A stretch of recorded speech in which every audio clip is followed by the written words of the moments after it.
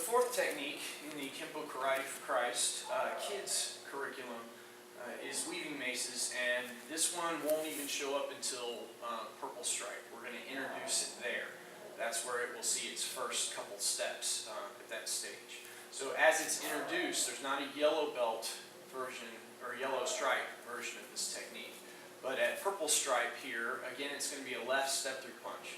So again, the student is warned by the instructor as they step back, left side's back. They let the shout, let out the warning that they're ready to punch. And when the kid answers, that's when the left step through punch can come in.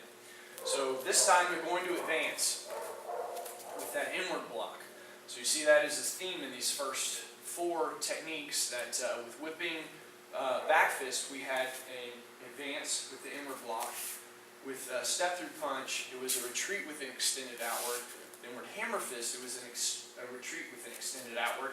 Now with weaving maces again, it's an advance now with the other side with this inward block. So as it's introduced, weaving maces at purple stripe, they're moving in and kind of completing that idea that they began to set up back in yellow stripe there. So now they'll advance, inward block to that punch, and then they're going to follow with this thrusting punch to the ribs here, boom, right under the arm, and immediately follow with a back fist. So even at purple belt, we have both our follow-ups together there. Instead of it just being one follow-up, they immediately introduce two.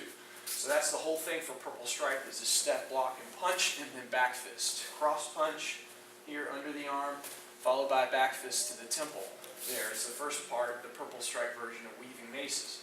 Now as we move into blue stripe green. For green stripe and weaving maces here, we're setting up kind of the flashing daggers, parting wings, coordination at this early stage here. So for the green version of this, it's going to be the inward block, the cross punch, the back fist, and then the cross punch over. Again, checking the arm, just like we did with step through punch. So for green stripe, we add that step. Go inward block, under the arm, come out with the back fist, and go over the arm. And I'll emphasize that, under, out, over. Again, block, then under, out, over. And then again, inward block that left punch, come under to the ribs, out to the temple, and then over your checking arm to the sternum.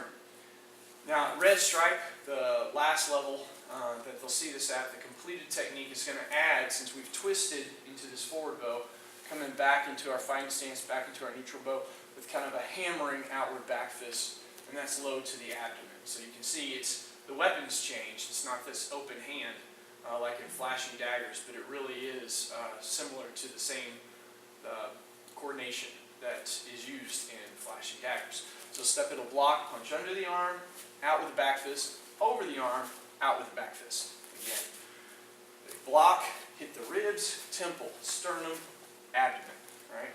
And their objective is to be able to make it fast, right? Just trying to speed the whole thing up. Block, go under, out, over, out, that way. And that's weaving maces, that's number 4. But again, that won't even be introduced until the purple stripe. And at that stage, it's just this inward block followed by the cross punch and the back fist. You'll have those 3 steps to work with at the purple stripe stage.